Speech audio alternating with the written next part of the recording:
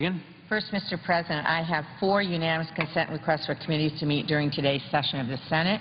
They have the approval of the majority and minority leaders. I ask unanimous consent that these requests be agreed to and be printed in the record.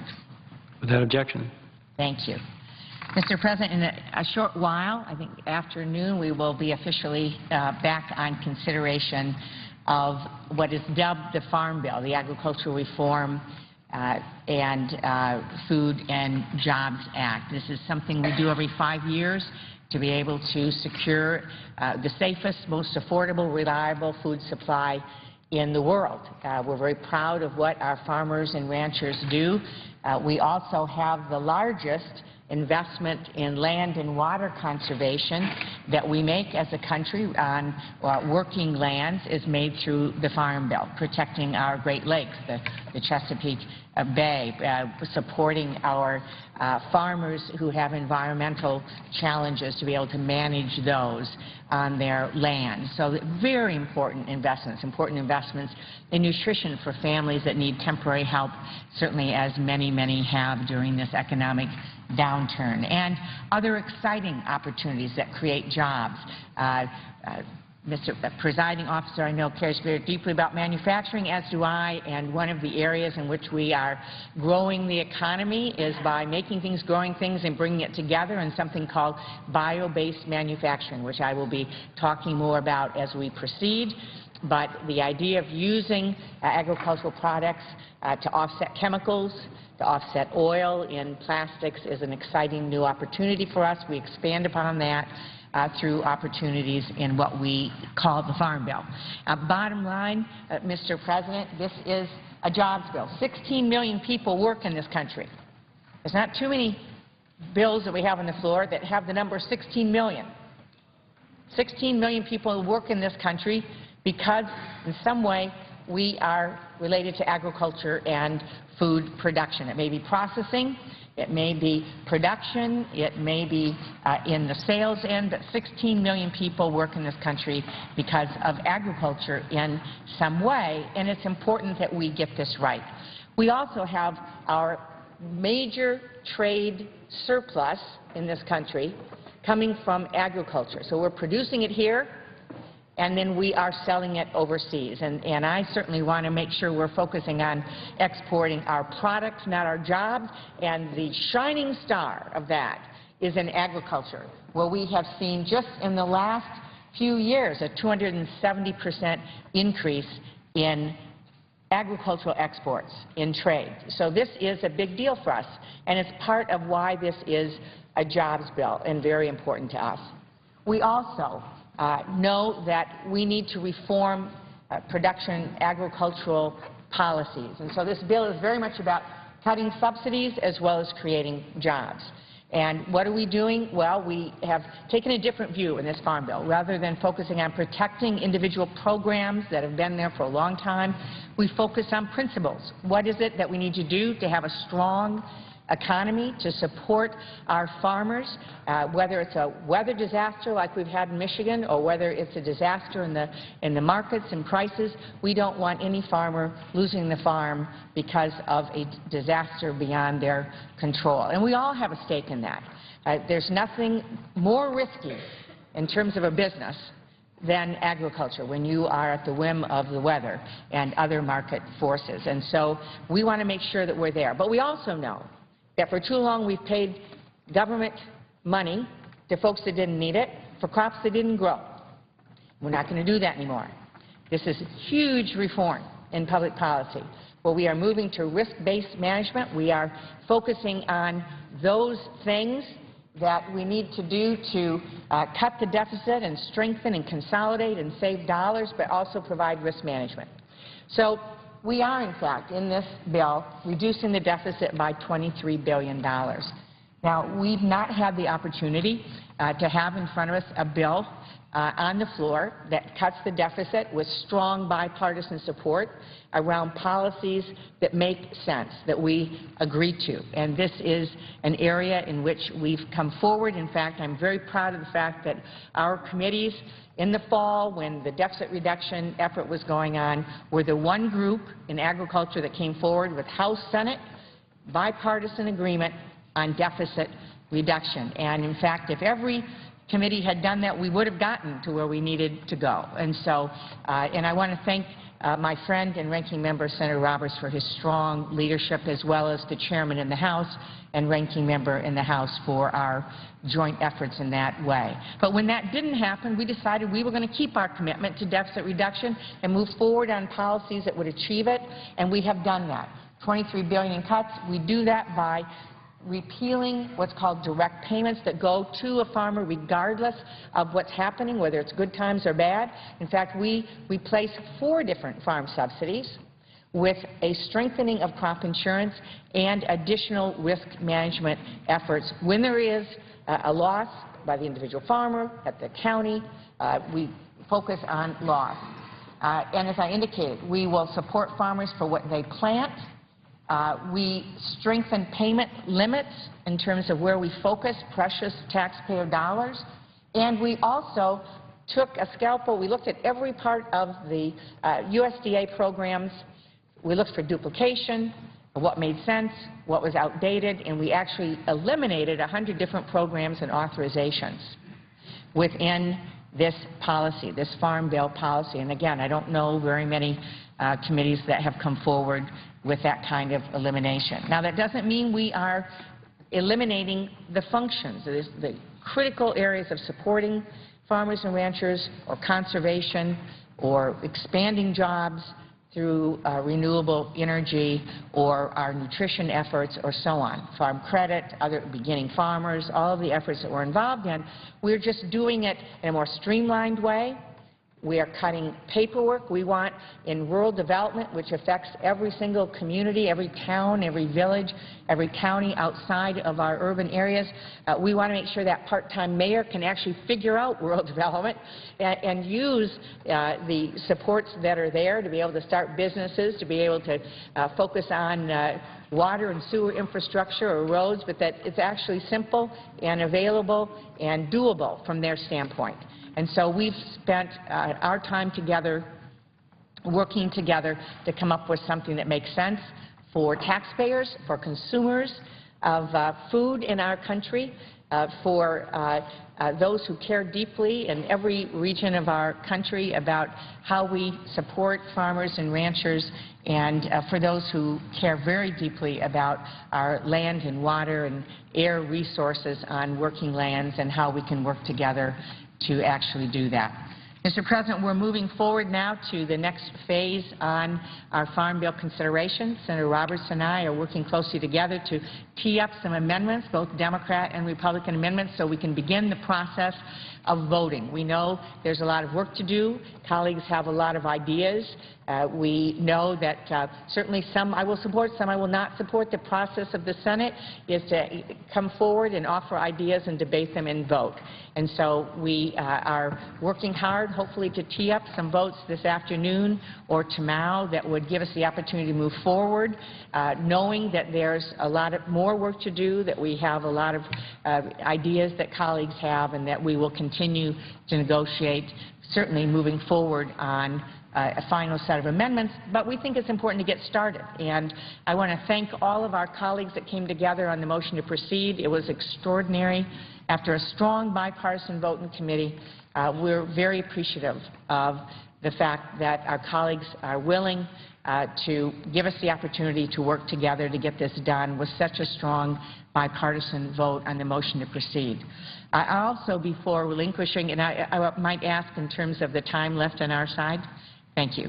I also noticed that my colleague from South Dakota here, and I want to personally thank him for his leadership on this bill with extremely important provisions in the bill, both on risk coverage, the proposal that we have to support farmers who have a loss came from a very important proposal Senator Thune and Senator Sherrod Brown put forward along with other colleagues. It's really the foundation of what we are doing to work with crop insurance to support farmers. Also, Senator Thune has been pivotal in a very important part of conservation that ties what we call sod saver amendment that will tie the protection of prairie sod land, prairie land, to crop insurance, so that if you're breaking up the sod and that in fact there would be a penalty on the crop insurance side. So it's an important way of bringing together accountability and crop insurance and protecting our native sod, and among many other things that Senator Thune has been involved in and leadership on related to this bill. This has been a strong bipartisan effort. Again, I thank my colleague from Kansas. We have been a partner in this effort, and I look forward to having the opportunity to bring all of our amendments to the floor to give the people the opportunity to move forward in good faith. It's going to be critical that we move forward in good faith so that we can begin to vote, begin to have the debates to move forward and get this bill done. All of the policies that we've talked about actually end on September 30th of this year, with very disastrous results for farmers and ranchers if we don't get this done. They need economic certainty. Mr.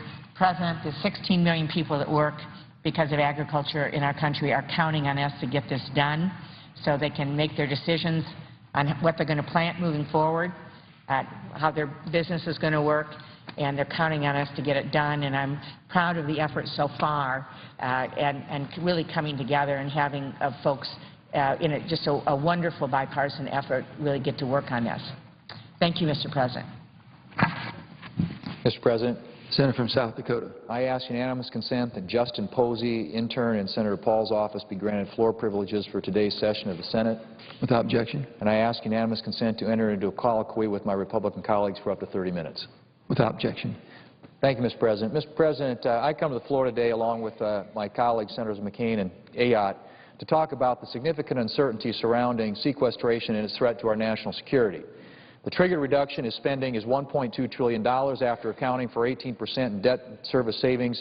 The required reductions amount to $984 billion to be distributed evenly over a 10 or 9-year period, or $109.3 billion per year. So what we're talking about is $54.7 billion in reductions will be necessary in both the defense and non-defense categories, despite the fact that defense funding constitutes just 20% of the budget.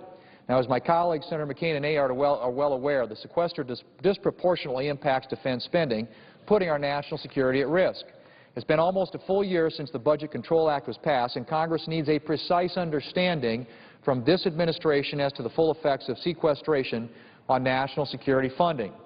Both Senator McCain and I, along with Senator Sessions and others, Senator Ayotte, have called on the administration to detail the impact of sequestration on defense accounts.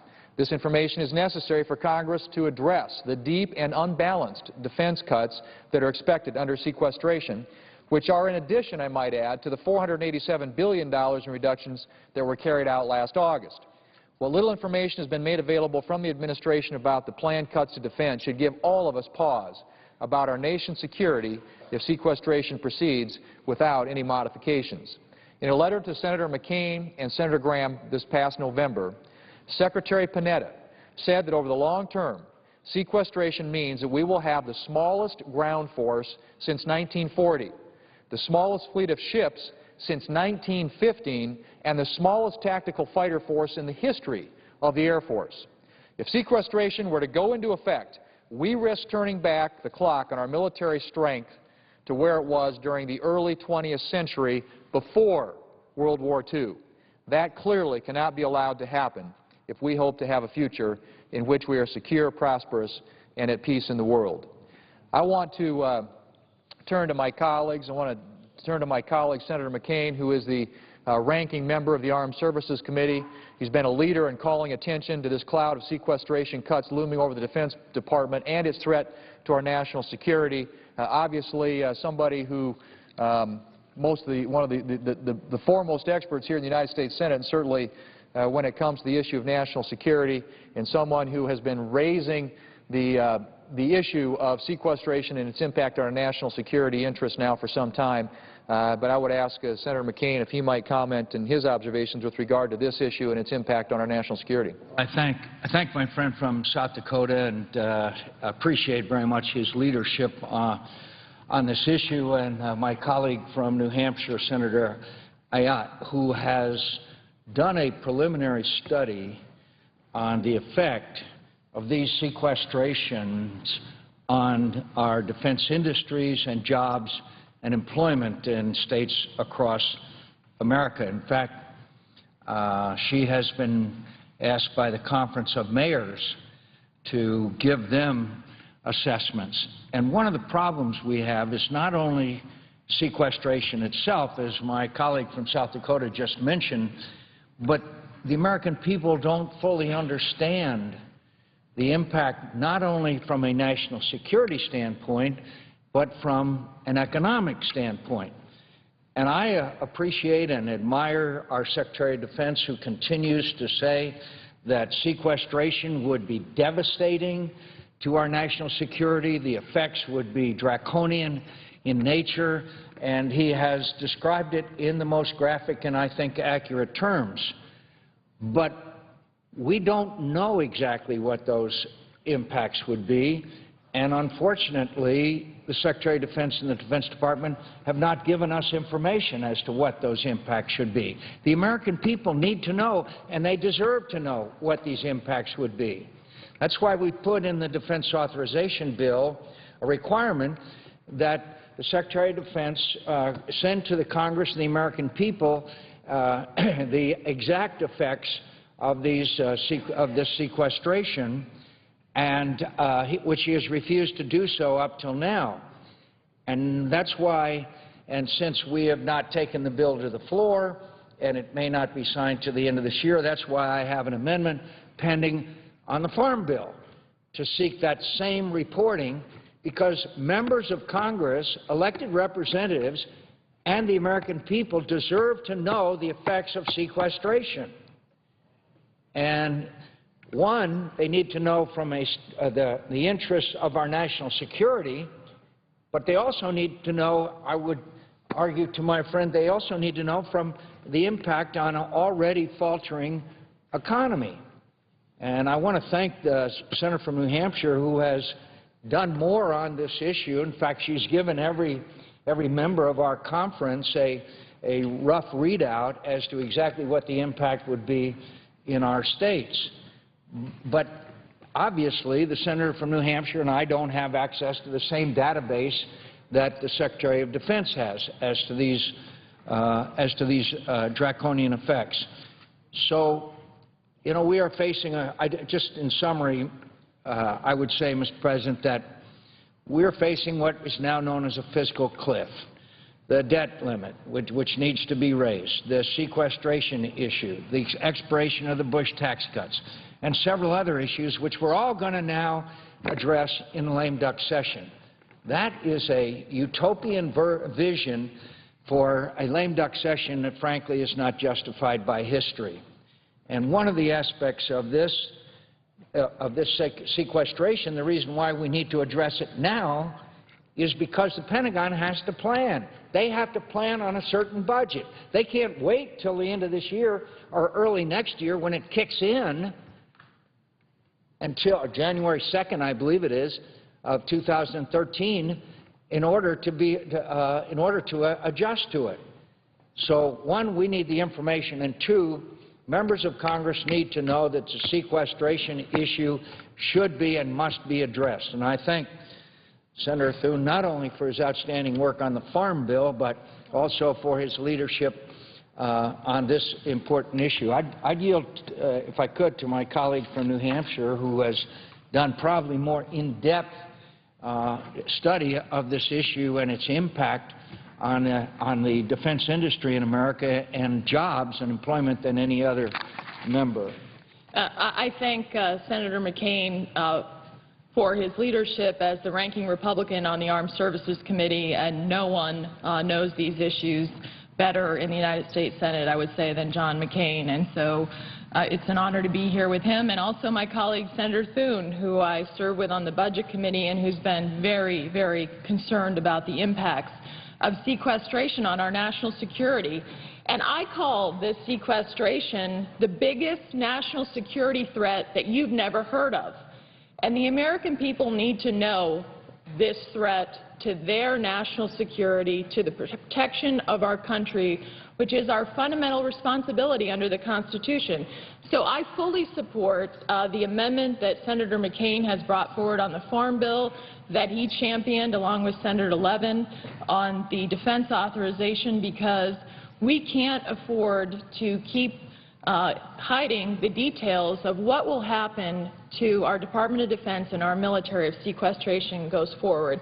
And just to be clear, as Senator Thune has already identified, the Department of Defense is taking significant reductions. In the proposed 2013 budget from the President, the Department will take approximately $487 billion in reductions over the next 10 years. That already means a reduction of approximately 72,000 of our Army, a reduction of 20,000 of our Marine Corps.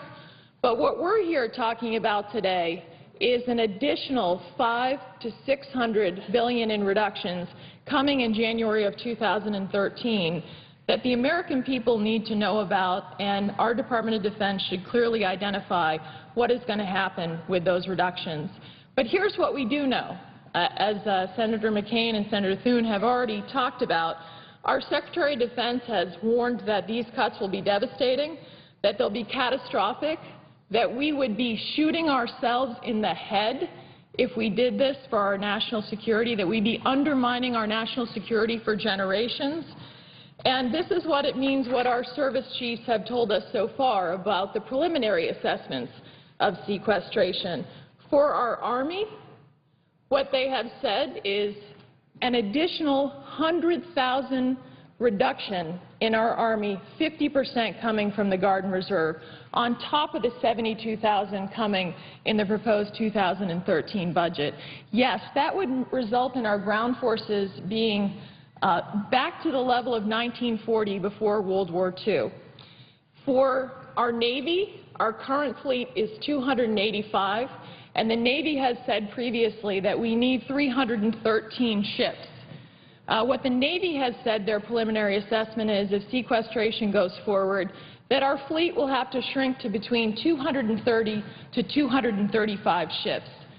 And at a time when China is investing more and more in a Navy, where we have shifted our defense focus on our latest national security strategy to the Asia-Pacific region, it would make that shift in strategy a mockery, truthfully, if we allowed sequestration to go forward. And we've heard the same from our Marine Corps.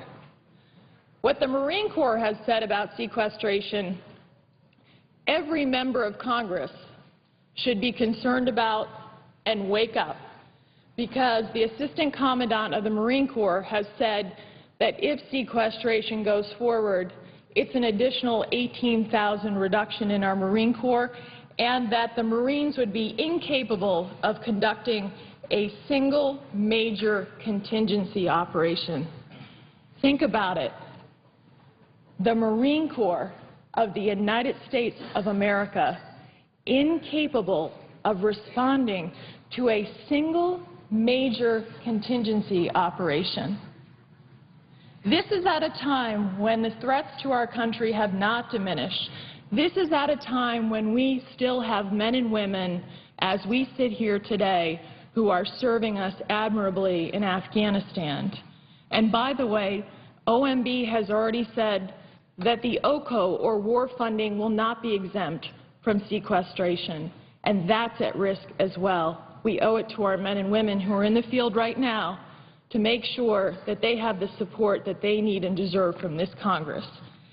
And when we look at where we are, this is not just about our national defense, but you would think that being about our national defense, our foremost responsibility in Congress would be enough to bring everyone to the table right now to resolve this, regardless of whatever your party affiliation is. But this is also an issue about jobs, because the estimates are, in terms of the job impact in this country, a George Mason University study estimates that over 1 million jobs will be lost in this country over 1 year over the sequestration issue. And that's just looking at research and development and procurement. Well, let's talk about some of the states that will be impacted, because every one of my colleagues represents a state in this chamber that will be impacted by the jobs, that issue. We look at where our economy is right now, and yet we continue not to address this fundamental issue of sequestration when 1 million jobs are at stake. For Virginia, the estimate is 123,000 jobs. Florida, 39,000 jobs. Ohio, 18,000 jobs. North Carolina, 11,000 jobs. Connecticut, 34,000 jobs. Pennsylvania, 36,000 jobs. In my small state of New Hampshire, it's projected that we lose 3,300 jobs.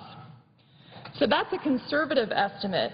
So not only is this an issue of our national security, but we're talking about our defense industrial base. And once we lose much of the talent in that industrial base, it doesn't necessarily come back. We have many small employers that can't sustain these cuts and won't be able to, will go bankrupt and won't be able to come back. And once they're gone, we lose their expertise. In fact, the CEO of Lockheed Martin has said recently the very prospect of sequestration is already having a chilling effect on the industry. We're not going to hire. We're not going to make speculative investments. We're not going to invest in incremental training, because the uncertainty associated with $53 billion of reductions in the first fiscal quarter of next year is a huge disruption to our business. And to my colleagues who think that we can kick this can down the road till after the elections, please understand that when it comes to jobs, these defense employers have a responsibility under federal law, what is called the WARN Act, to notify their employees if they're going to be laid off at least 60 days before a layoff will occur. And what that means is that there could be hundreds of thousands of WARN Act notices going out, likely before the election in November, letting members of people across this country know that they may lose their job because Congress has not come forward and addressed this fundamental issue to our national security right now.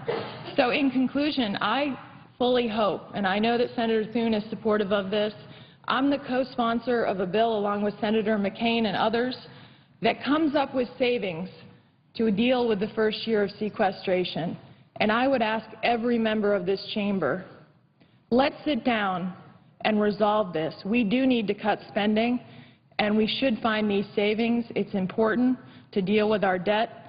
But let's make sure that we find savings that don't devastate our national security or undermine our national security for generations or hollow out our force, as our chairman of the Joint Chiefs of Staff has said about sequestration.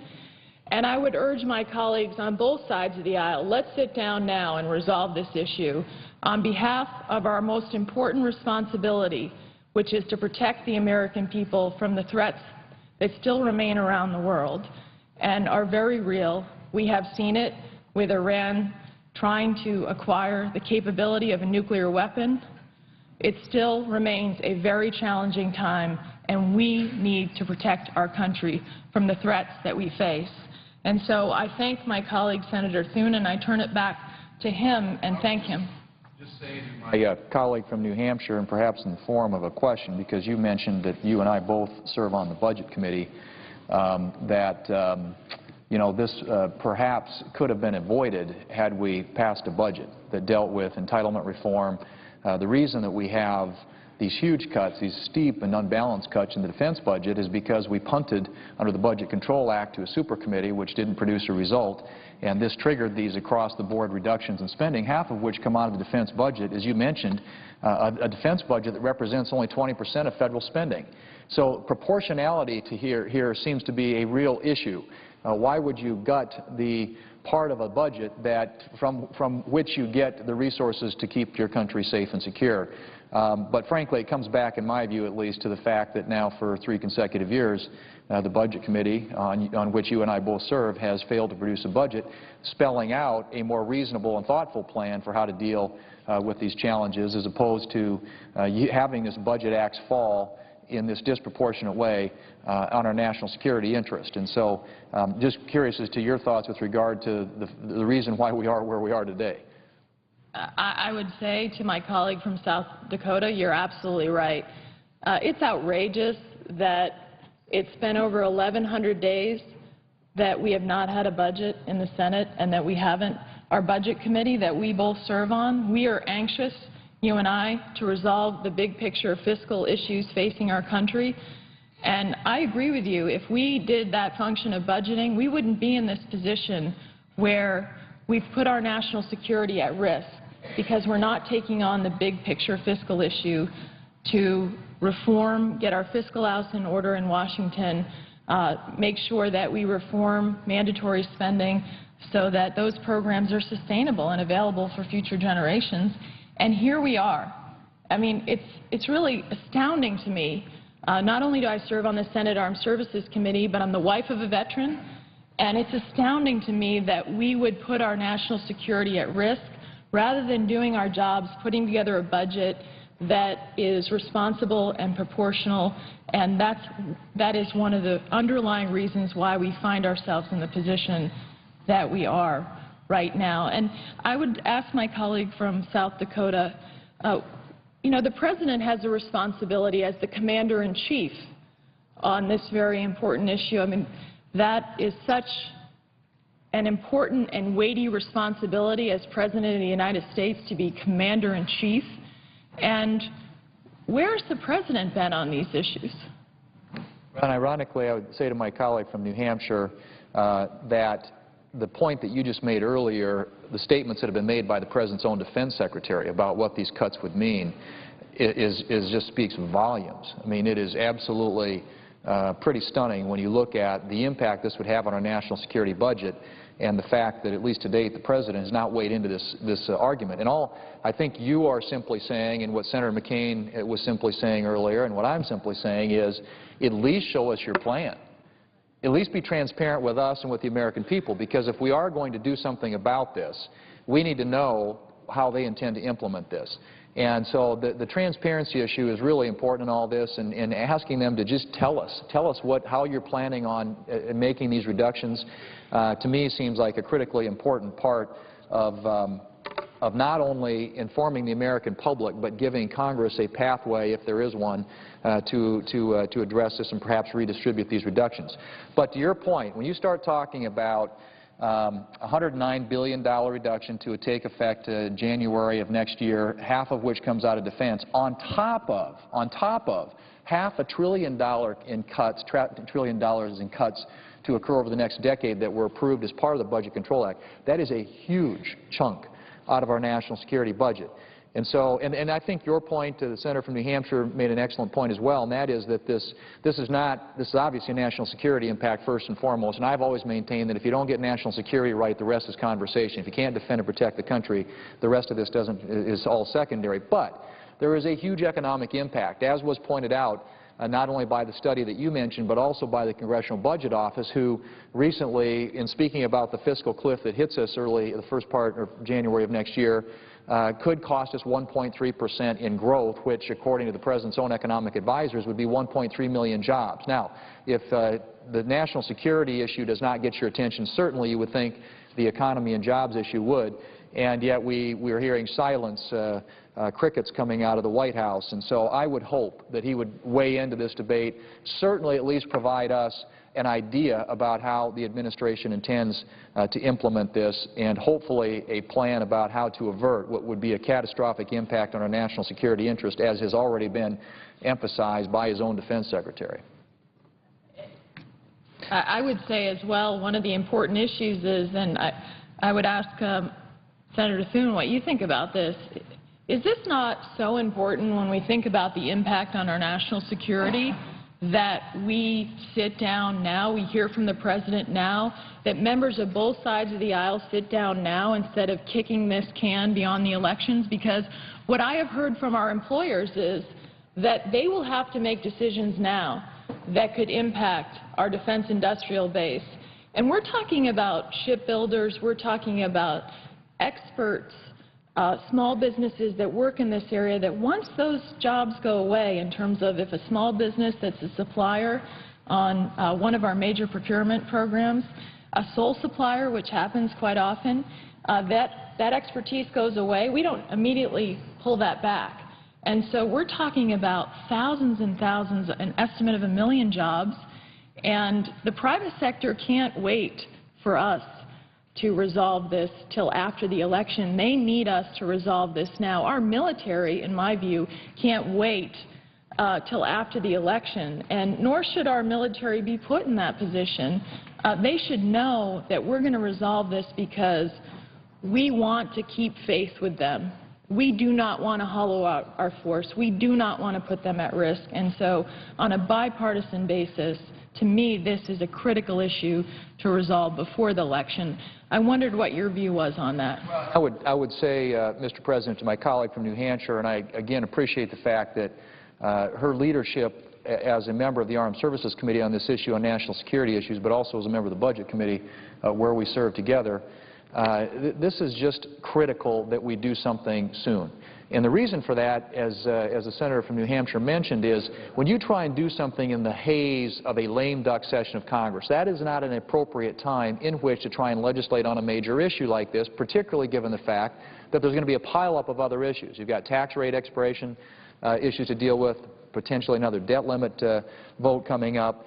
And it seems to me, at least, that we ought to provide as much certainty as we can to our military, to the leaders of our military who have to make these decisions, and secondly, to the people who build these things. I mean, the people who are building these weapon systems and could experience many of these reductions that will impact jobs. And as you mentioned, there's a Warren Act requirement that they notify people if they're going to lay people off. There's got to be some lead time for this, and that's why getting a plan from the administration that lays out in specific terms and in detailed terms exactly what they intend to do with regard to sequestration is really important to this process and is a matter of just a fundamental transparency, I think, for the American people and for the Congress.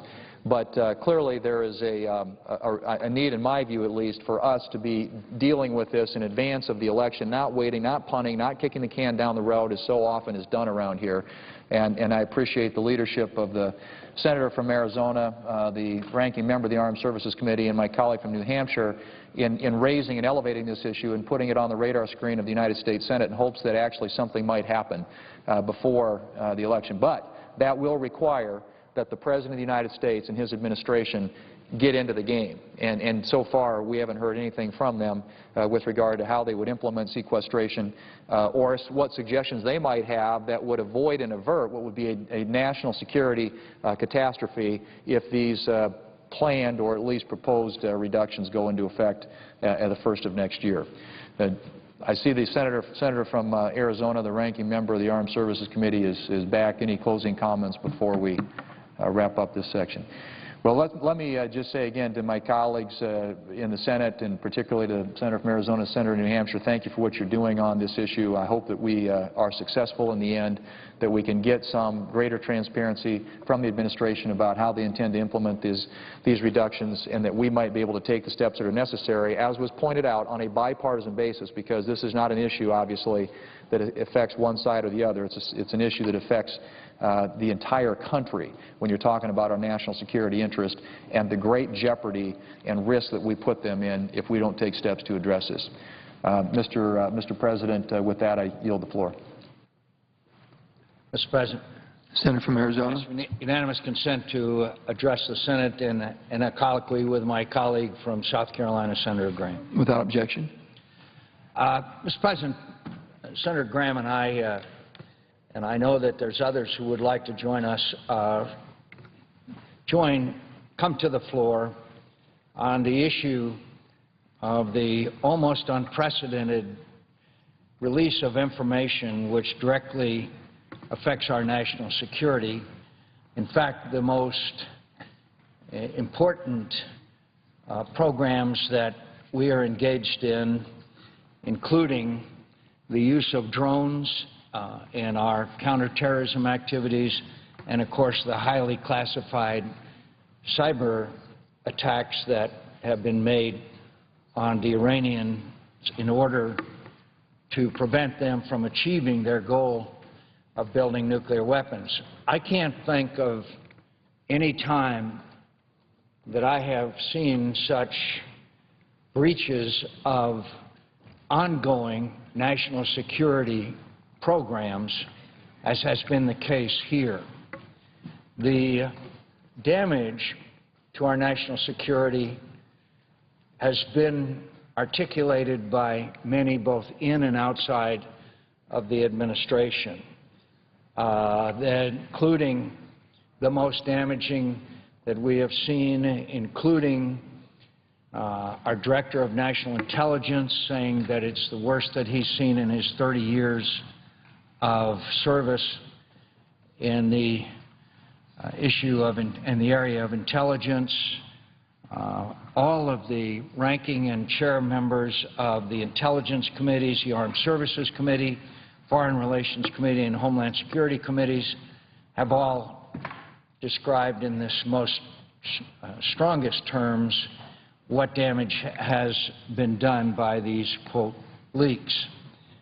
Among the sources that the authors of these publications list, the sources that they list, and I'm quoting from these publications, quote, administration officials, quote, unquote, senior officials, quote, unquote, senior aides to the President, members of the President's national security team who were in the White House Situation Room during key discussions, an official who, quote, who requested anonymity to speak about what is still a classified program, and I'm quoting all of these from the publications, quote, current American officials who would not allow their names to be used because the effort remains highly classified and parts of it to continue to this day, unquote.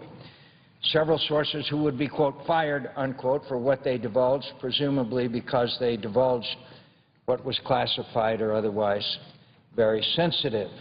One author notes, and I quote, over the course of 2009, more and more people inside the Obama White House were being read into cyber programs previously only known by an extremely tight group of top intelligence, military, and White House officials, even those not directly involved. As the reports from the latest iteration of the bug arrived, talking about the cyber attack on Iran, the latest iteration of the bug arrived, meetings were held to assess what kind of damage had been done, and the room got more and more crowded. Some of the sources in these publications specifically refused to be identified because what they were talking about related to classified programs or ongoing programs. One of the authors specifically observes that some of his sources would be fired if their identities were revealed. And as always with these leaking, which goes on in this town, although not at the level that I have ever seen, I think we need to ask ourselves first is who benefits. Certainly not national security, not our military and intelligence professionals or our partners abroad who are more exposed as a result of these leaks. I think to answer the question who benefits, you have to look at the totality of circumstances. In this case, the publications came out closely together in time. They involved the participation, according to those publications, the participation of administration officials, and the overall impression left by these publications is very favorable to the President of the United States. So here we are with a very serious breach of national security, in the view of some, the most serious in recent history, and it clearly cries out for the appointment of a special counsel.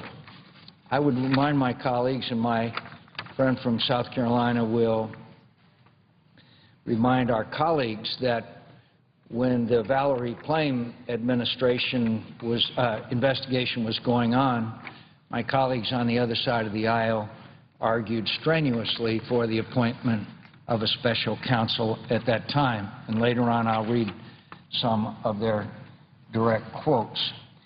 So it obviously is one of the highest breaches of security that this country has ever seen because of ongoing operations that are taking place. And by the way, our friends and allies, especially the Israelis, who have been compromised on the Stuxnet operation, the virus in the Iranian nuclear program, of course feel betrayed. Of course they feel betrayed.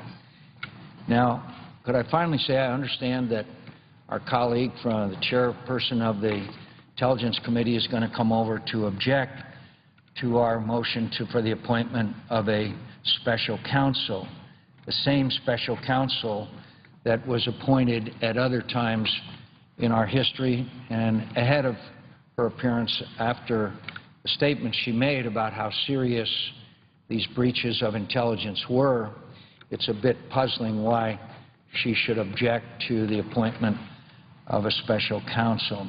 And I'd ask my colleague from South Carolina to place two outstanding individuals and prosecutors to investigate that, still places them under the authority of the Attorney General of the United States. The Attorney General of the United States is under severe scrutiny in the House of Representatives. The Attorney General of the United States may be cited for contempt of Congress over the fast and furious gun running to Mexico issue, which also resulted, by the way, in the death of a brave young Border Patrolman, Brian Terry, in my own state, was killed by one of these weapons. That's how serious it is. I think that Mr. Holder, for his own benefit, would seek the appointment of a special counsel. I would ask my friend from South Carolina. Well, I think it not only would serve Mr. Holder well, but certainly the country well. We're setting a precedent. If we do not appoint a special counsel, and these two U.S. attorneys, I don't know them at all. I'm sure they're fine men. But the special counsel provisions that are available to the Attorney General need to be embraced because it creates an impression and, quite frankly, a legal infrastructure to put the special counsel above common politics.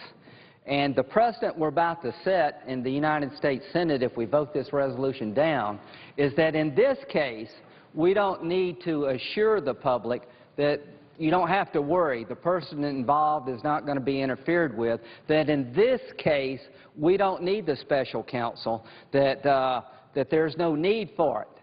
Well, to my colleagues on the other side, how many of you said we needed a special counsel, Peter Fitzgerald, who was not in the jurisdiction? Illinois wasn't the subject matter of the of the Valerie Plame leaks. It happened here in Washington. When Peter Fitzgerald was chosen as a special counsel, the country said that is a good choice. Chosen under the special counsel provisions, which are designed to avoid a conflict of interest. What is the problem here? For us to say that we don't need one here is a precedent that will haunt the country and this body and future White Houses in a way that I think is very disturbing, Senator McCain. Because if you needed one in Valerie Plame, allegations of outing a CIA agent, and if you needed one in Jack Abramoff, a lobbyist who had infiltrated the highest levels of the government, why would you need one here? Is this less serious? The allegations we're talking about here are breathtaking. Go read Mr. Sanger's book as he describes Operation Olympic Games. It reads like a novel about how the administration, trying to avoid an Israeli strike against the Iranian nuclear program, worked with the Iranians to create a cyber attack on the Iranian nuclear program and how successful it was. It literally reads like a novel. What about the situation regarding the underwear bomber case, a plot that was thwarted by a double agent, and you could read every detail about the plot and how dangerous it was and how successful we were in stopping it from coming about. How we got bin Laden, sharing information with a movie producer, but telling the world about the Pakistani doctor and how we used him to track down bin Laden. And could I add, revealing the name of SEAL Team 6? Well, and that takes us to the bin Laden information, and in the book there's a scenario where the Secretary of Defense goes to the National Security Advisor, Thomas Donilon, and says, I have a new communication strategy for you regarding the bin Laden raid. Shut the F up. But the drone program, a blow-by-blow description of how the President handpicks who gets killed and who doesn't. This is breathtaking. Certainly on par with Abramoff and Plain, I think the biggest national security compromise in generations. And for our friends on the other side say, we don't need a special counsel here, but they were the ones arguing for one in the other two cases, said it's a terrible precedent, and we're not going to let this happen without one heck of a fight. Senator Obama wrote a letter with a large group of colleagues urging the Bush administration to appoint a special counsel and to have an independent congressional investigation on top of that of the Valerie Plame CIA leak case. He also joined in a letter with his colleagues, Democratic colleagues, urging the Bush administration to appoint a special counsel in the Jack Abramoff case because the allegations are that Mr. Abramoff had access to the highest levels of the government and that extraordinary circumstances existed. Well, what are we talking about here? We're talking about leaks of national security done in a 45-day period that paint this president as a strong, decisive national security leader. And the book in question, not just the articles, is there any reason to believe this may go to the White House? Look what happened with the Scooter Libby prosecution in the Valerie Plame case. The chief of staff of the Vice President of the United States eventually was held accountable for his involvement. Is there any reason to believe that senior White House people may be involved in these leaks? Just read the articles. But this is a book review by Mr. Thomas Ricks of the book in question by Mr. Sanger.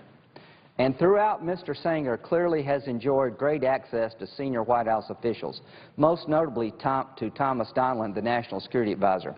Mr. Donilon, in effect, is the hero of the book, as well as the commentator of record on events. And it goes on in talking about how these programs were so successful. And here's the problem. In the House, when a program is not so successful like Fast and Furious, that's embarrassing to the administration, you can't literally get information with a subpoena. So you got an administration, an Attorney General's office, who is about to be held in contempt by the House for not releasing information about a Fast and Furious program that was embarrassing.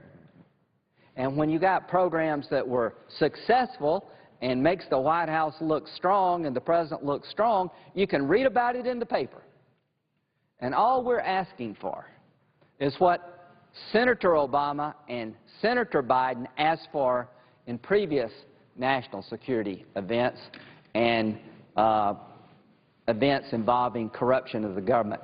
A special counsel be appointed with the powers of a special counsel, somebody that we can all buy into. And if we set a precedent of not doing it here, I think it would be a huge mistake. Wouldn't my colleague agree that one of the most revealing aspects of this entire issue from program to program that leads to enormous suspicion would be that probably the most respected member of the President's cabinet who stayed over from the Bush administration, Secretary Gates, was so agitated by the revelation of information about the bin Laden raid that he came over to the White House and said to the President's National Security Advisor that he had a new, quote, communication strategy, and he responded by saying to the National Security Advisor, shut the F up. That is a devastating comment and leads one to the suspicion that things were done improperly in the revelation of these most important and sensitive programs that were being carried out and are ongoing to this day. So I'd ask my colleague, what is the difference between the Biden-Schumer-Levin-Daschle letter to President Bush in 2003, where they called on the appointment of a special counsel, Vice President Biden, and how the White House should handle Libya? I think they should appoint a special prosecutor. On 2003, then Senator Biden called for a special counsel. On 34 senators and then Senator Obama requested the appointment of a special counsel to lead the Abramoff case. I was involved heavily initially with the Abramoff case, and I can tell my colleagues that even though there was severe corruption, there was certainly nothing on as far as a breach of national security is concerned, and yet they needed a special counsel, according to then Senator Obama, to investigate Abramoff, but not this serious consequence. So I guess that my unanimous consent resolution will be objected to, but the fact is we need a special counsel because the American people need to know. And I do not believe that anyone who has to report to the Attorney General of the United States would be considered as objective. Mr. President, I asked unanimous consent for additional 3 minutes. Without objection. I may respond. One, I'd like to introduce into the record the letters written by Senator Obama and Senator Biden regarding asking for a special counsel. What's the difference? I guess the difference is we're supposed to trust Democratic administrations and you can't trust Republican administrations.